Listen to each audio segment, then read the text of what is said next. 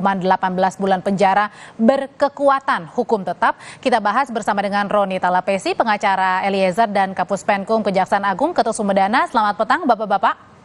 Selamat petang, Mbak Audrey. Ya, saya mau ke Pak Kapus Penkum dulu. Pak Kapus Penkum, jadi kalau sudah tidak mengajukan banding lagi, artinya ini sudah bisa dibilang berkekuatan hukum tetap ya, Pak? Kami dalam statement terakhir Bapak Jampidum tadi sudah menyatakan secara tegas bahwa hari ini kami menyatakan secara terhormat ya untuk tidak menyatakan upaya hukum banding terhadap perkara ini. Ya, ketika nanti disambut baik oleh teman-teman penasihat hukum atau terdakwa dalam hal ini juga tidak menyatakan banding, maka sudah barang tentu putusan itu akan mempunyai kekuatan hukum tetap dan ingkrah, seperti itu, Mbak. Dan artinya tidak ada upaya-upaya lagi yang dilakukan oleh pihak kejaksaan ya untuk vonis ini bagi Eliezer.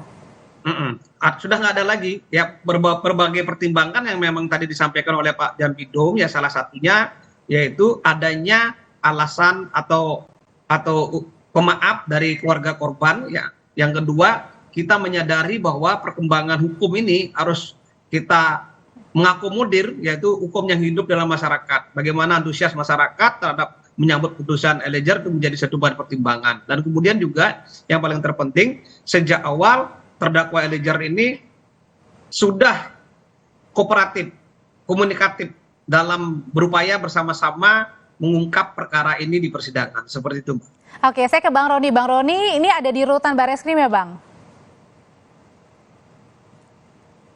Iya, Mbak Audrey. Ya. Saya sedang besok kita terikat. Jadi Bang Roni sore hari ini sudah bertemu bersama dengan orang tua Eliezer, bertemu Icat ya? Sudah tahu Icat ini bahwa jaksa ini tidak mengajukan banding atas vonis? Ya, berita baik ini mau kita sampaikan kepada Richard Eliezer, Mbak Audrey.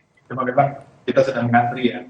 Tapi yang mau kita sampaikan adalah kami mengucapkan banyak terima kasih dan kami mengapresiasi atas keputusan dari jaksa penuntut umum yang paling tertinggi jaksa buat Bapak Jaksa Agung, buat Bapak Jampidum, dan seluruh rekan-rekan jaksa penuntut umum yang sudah bekerja secara maksimal dalam proses persidangan ini. Bahwa kalau kita lihat persidangannya kan maraton. Jadi jaksa penuntut umum yang setiap hari, setiap menit bagaimana mereka melaksanakan tugas tersebut, kami sangat mengapresiasi. Kami bersyukur bahwa hari ini kami mendapatkan berita baik. Saya tadi sudah bicara dengan keluarga, dan nanti sebentar kita akan sampaikan kepada Richard Eliezer. Kami berterima kasih banyak untuk Kejaksaan Agung, terutama untuk Bapak selaku jaksa penuntut umum tertinggi. Kami sangat berterima kasih. Kalau Papa Mama Icat pada saat tahu tidak ada lagi yang dilakukan oleh Kejaksaan Agung untuk kemudian mengajukan banding, itu bagaimana, Mbak Roni?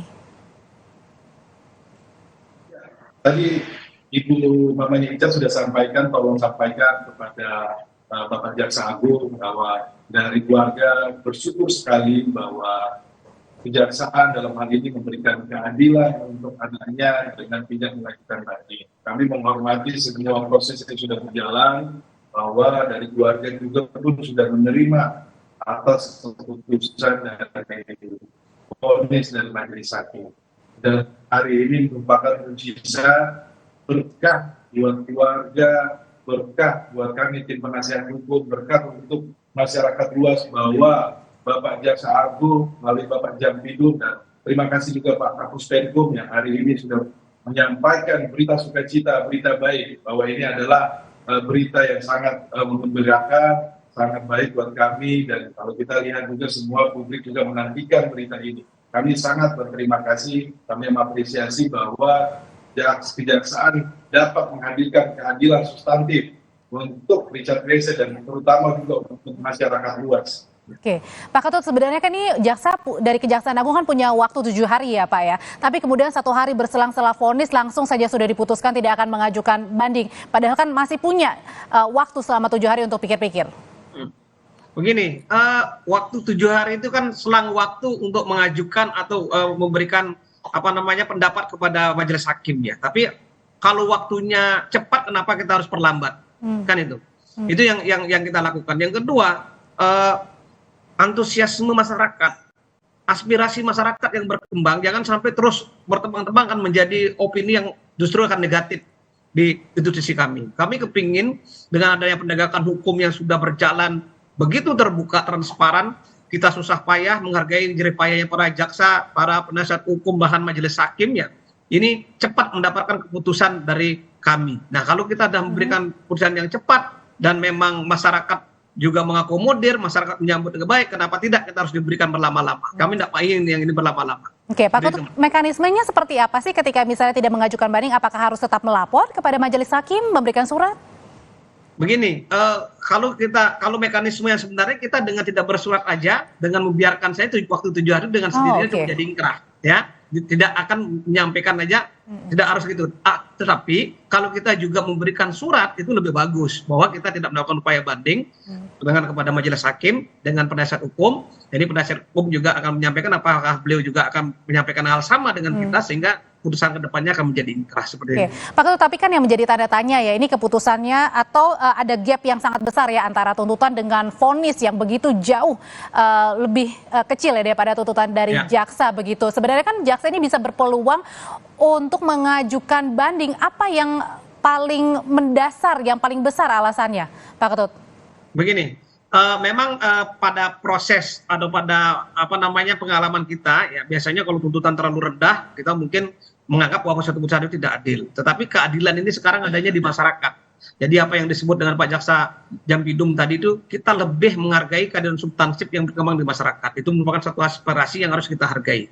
Maka dari itu kita akomodir, ya kan, tidak harus kita berpedoman pada angka dalam hal ini. Itu hanya sudut pandang ya. Sudah sering sekali saya sampaikan bahwa angka itu hanya terhadap putusan FS misalnya lebih tinggi ya, ultra petita nih Pak, gini-gini. Ini adalah sudut pandang yang menempatkan kita. Itu. Tetapi yang paling terpenting bagaimana masyarakat bisa kita akomodir, ya bisa menjadi apa istilahnya disenangin semua lah seperti itu ya. Itu yang kita sampaikan bahwa Pak Jaksa Agung memikirkan hal seperti itu. Apalagi Pak Jaksa Agung ini adalah orang yang berkecimpung dalam dunia restoratif justice, tentu ini menjadi hal yang menjadi perhatian khusus buat beliau gitu. Oke, pilihan untuk mengajukan banding tidak menjadi pilihan ya untuk kasus dalam Eliezer pembunuhan Yosua ini.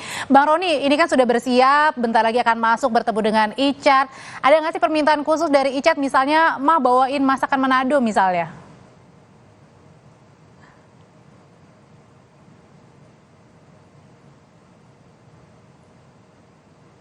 Bang Roni? Oke, Roni Talapesi ini mengalami gangguan karena memang di dalam susah sinyal ya, sedang masuk ke rutan Mabes Polri bertemu dengan Richard Eliezer bersama dengan orang tua Richard Eliezer. Saya kembali lagi ke Pak Ketut. Pak Ketut, jadi sebenarnya jaksa ini punya opsi atau pilihan untuk mengajukan banding, tetapi karena ada beberapa alasan termasuk diantaranya adalah meredam juga ya suara dari masyarakat yang begitu euforia kemarin menyambut vonis yang sangat lebih rendah dari tuntutan, itulah yang dipilih oleh jaksa untuk tidak mengajukan banding. Suara masyarakat, suara rakyat adalah suara keadilan itu sendiri. Ya. Apalagi ada alasan maaf dari keluarga korban, itu yang paling terpenting sebenarnya dalam penegakan hukum itu. Maka dari itu memang tokoh restoratif kita Pak Jaksa Agung tidak mau kecolongan dalam hal ini dan harus mengambil sikap yang tepat, cepat, dan tidak harus menunggu lama, tidak harus menunggu waktu dalam 7 hari. Nah, ini harus kita ambil langkah-langkah yang tepat pada masyarakat, dan masyarakat juga tahu bahwa kita pun juga pro masyarakat, pro keadilan yang dijunjung tinggi oleh masyarakat itu sendiri. Seperti itu, Pak. Tapi gimana kalau misalnya dengan Verdi Sambo yang divonis mati, kalau misalnya dia mengajukan, apa yang dilakukan oleh pihak kejaksaan? Begini, kalau untuk perkaranya FS, sudah barang tentu kami wait and see. Kita pelajari semuanya karena ultra petita ini adalah antara tuntutan yang kita berikan jauh lebih rendah daripada putusan. Nah, ini harus jadi bahan pemikiran kita ya. Kita istilahnya kalau kita membeli 5 dikasih 6 itu kan artinya kita dikasih lebih gitu loh. Nah, itu harus jadi bahan pertimbangan yang sangat matang. Pak Jampidum juga sudah menyampaikan bahwa kedepannya kita harus wait and see apa yang dilakukan oleh penasihat hukum ke depan dan apa yang dilakukan oleh terdakwa. Apakah mereka melakukan satu upaya hukum atau seperti apa? Kalau yang bersangkutan melakukan upaya hukum, kita juga melakukan upaya hukum sehingga kita tidak punya kehilangan hak kedepannya ketika upaya hukum berikutnya kita akan menjadi bagian dari terdepan dari penanganan perkara ini. Berarti menunggu 7 hari juga ya maksimal ya sampai ada keterangan terbaru dari tim kuasa hukum Ferdy Sambo, termasuk Putri Ya, juga. betul. Tetapi saya garis bawahi di sini ya, saya sangat mengapresiasi teman-teman penuntut umum dalam hal ini ya, sudah berhasil meyakinkan hakim membuktikan pasal-pasal yang didakwakan, terutama pasal primer yaitu pasal pembunuhan berencana. Sudah berhasil meyakinkan hakim. Kemudian kami juga menyampaikan dalam hal ini bahwa semua fakta hukum, pertimbangan hukum yang disampaikan oleh penuntut umum dalam rekusitor diambil alih dalam putusan pengadilan, itu yang menjadi surprise buat kami. Oke. Seperti itu. Baik, saya kembali ke Rutan. Bang Roni, sudah tersambung ya Bang Roni sekarang ya? Ya, sorry Pak Ketut, Mbak Utri tadi keputus. Gak apa-apa. Ya. Bang Roni, ada 2 pertanyaan nih. Pertama, ada nggak sih request khusus dari Icat nih ketemu dengan orang tua? Apakah mungkin request untuk makanan, ada misalnya Manado gitu? Atau yang kedua juga yang kita mau tanyakan adalah, kan ini kan sebentar lagi ada sidang kode etik ya Bang Roni. Apakah nanti akan persiapannya seperti apa Eliezer? Karena bersamaan nih. Ya, Mbak Utri, bahwa kemarin kan kita sudah menerima putusan dari Majelis Hakim yang menurut kami keputusannya itu berkeadilan. Kemudian hari ini kami mendapatkan berita sukacita lagi bahwa Bapak Kejaksaan Agung melalui Bapak Jampidum tidak mengajukan banding. Ini merupakan berita baik. Jadi tadi kita tidak ada persiapan khusus Mbak Utri. Jadi biasanya membawakan makanan yang menjadi kesukaan dari Eliezer, tapi karena ini beritanya sangat tadi baru dapat berita, jadi kita buru-buru ke Rutan untuk menyampaikan. Jadi sekali lagi terima kasih Pak Ketut, sampaikan salam dari keluarga untuk Bapak Jaksa Agung. Terima kasih. Iya, singkat Bang Roni terkait dengan sebentar lagi kan katanya akan ada sidang kode etik untuk Eliezer. Oke, terkait dengan sidang kode etik kami serahkan kepada institusi Polri, tentunya dalam proses ini dari awal Richard Eliezer kooperatif dan di dalam. Tapi sudah tahu kapan Bang Roni jadwalnya? Jadwalnya belum diberitahukan, Mbak Utri. Tapi sebenarnya kita serahkan kepada Polri ya. Prinsipnya adalah bahwa segala keputusan, segala yang akan proses yang akan dilaksanakan nanti kami hargai. Roni Talapesi, pengacara Eliezer, terima kasih. Kapus Penkum Kejaksaan Agung, Ketut Sumadana, terima kasih. Bapak-bapak, sehat selalu. Terima kasih, salam sehat untuk kita semua.